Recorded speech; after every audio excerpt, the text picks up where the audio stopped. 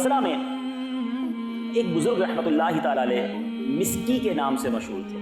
ان کو لوگ مسکی کہا کرتے تھے اور مشک کو عربی میں مسک کہتے ہیں, لہٰذا مسکی کے معنی ہوئے مشک بار, یعنی مشک کی خوشبوؤں میں بسا ہوا. یعنی بزرگ کو لوگ خوشبوؤں والا کہتے تھے. وہ بزرگ ہر وقت خوشبودار اور مہکا مہکے رہتے تھے. لوگ ان کے قریب آتے انہیں خوشبو آتی تھی, یہاں تک کہ وہ جس راستے سے گزر جاتے وہ راستہ بھی مہک اٹھتا, وہ راستہ بھی خوشبودار ہو جاتا. اور جب داخل مسجد ہوتے تو ان کی خوشبو سے لوگوں کو معلوم ہو جاتا کہ حضرت مسکی رحمۃ اللہ تعالی علیہ تشریف لائے ہوئے ہیں. اچھا, کسی نے عرض کی کہ حضور آپ کون سی خوشبو لگاتے ہیں اور اس خوشبو پر کتنا خرچ کرتے ہیں؟ تو اب حضرت مسکی نے کیا کہا, کہتے میں نے آج تک کبھی خوشبو نہ خریدی ہے نہ لگائی ہے. میرا واقعہ بڑا عجیب و غریب ہے. میں بغداد معلّہ کے ایک خوشحال گھرانے میں پیدا ہوا. جس طرح امیر لوگ عمراء اپنی اولاد کو تعلیم دلواتے ہیں, میری بھی اسی طرح تعلیم ہوئی. میں بہت خوبصورت بھی تھا اور با حیا بھی تھا. میرے والد صاحب سے کسی نے کہا اسے بازار میں بٹھاؤ تاکہ لوگوں سے گھل مل جائے اور اس کی حیا کچھ کم ہو. چنانچہ مجھے کپڑا بیچنے والے تاجر کی دکان پر بٹھا دیا گیا. ایک روز ایک بڑھیا نے کچھ قیمتی کپڑے نکلوائے, پھر بزاز یعنی کپڑے والے بزنس مین سے کہا کہ میرے ساتھ کسی کو بھیج دو کہ جو پسند ہوگا انہیں لینے کے بعد قیمت اور کپڑا ہم واپس کر دیں گے. گھر لے جاتے ہیں مختلف کپڑے اور جو چوز کرنا ہوگا چوز کر لیں گے. اب وہ کپڑے کے جو تاجر تھا اس نے حضرت مسکی کہتے ہیں میں نوجوان تھا مجھے بھیج دیا اس بڑھیا کے ساتھ. میں بڑھیا کے ساتھ جب گیا تو وہ مجھے ایک عظیم و شان محل میں لے آئی اور اس میں ایک بڑا ہی بہت ہی ڈیکوریٹڈ آراستہ کمرہ تھا. میں وہاں چلا گیا. کیا دیکھتا ہوں کہ زیورات سے آراستہ خوش لباس ایک جوان لڑکی تخت پر بچھے ہوئے قالین پر بیٹھی ہے. تخت و فرش سب کے سب زرعی ہیں, ڈیکوریٹڈ ہیں. اس قدر نفیس تھا کہ میں نے پہلے ایسا کمرہ کبھی نہیں دیکھا تھا. مجھے دیکھتے ہی اس لڑکی پر شیطان غالب ہوا.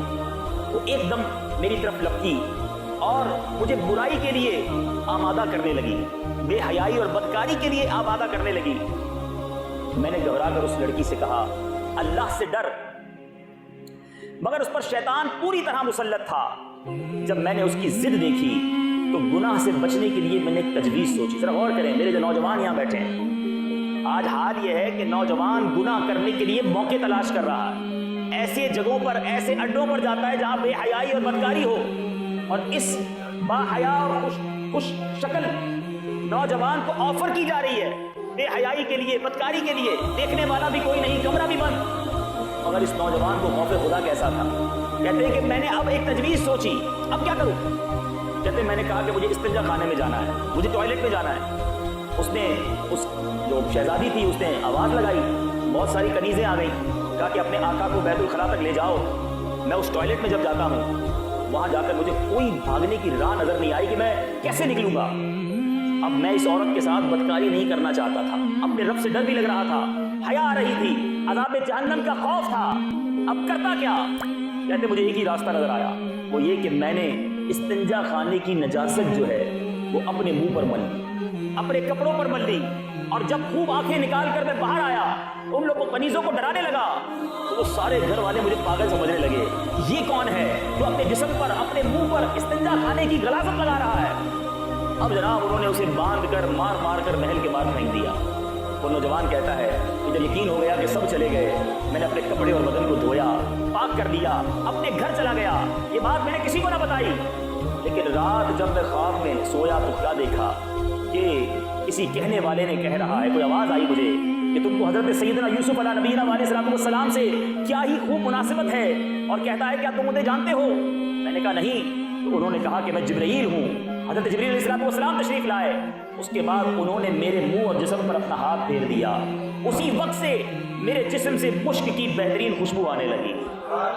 یہ حضرت سیدنا جبرائیل علیہ الصلوۃ والسلام کے مبارک ہاتھ کی خوشبو کا اثر ہے. میٹھے اسلامی بھائیوں ذرا غور کیجیے. ایک وہ لوگ تھے کہ جنہیں گناہ کرنے کا موقع ملا, بدکاری اور بے حیائی کا موقع ملا, دروازہ بھی بند تھا, کوئی دیکھنے والا نہ تھا, مگر ان کے دل میں یہ خیال راسخ تھا کہ اللہ دیکھ رہا ہے, میرا رب مجھے دیکھ رہا ہے. اور آج ہم ہیں کہ آج ہمیں یہ معلوم ہے کہ رب دیکھ رہا ہے, مگر ہم گناہ سے باز نہیں آتے, ہم بے حیائی سے باز نہیں آتے. یاد رکھیں میٹھے اسلامی بھائیوں, حیا یہ ایمان کا شعبہ ہے, حیا یہ مسلمان کا زیور ہے.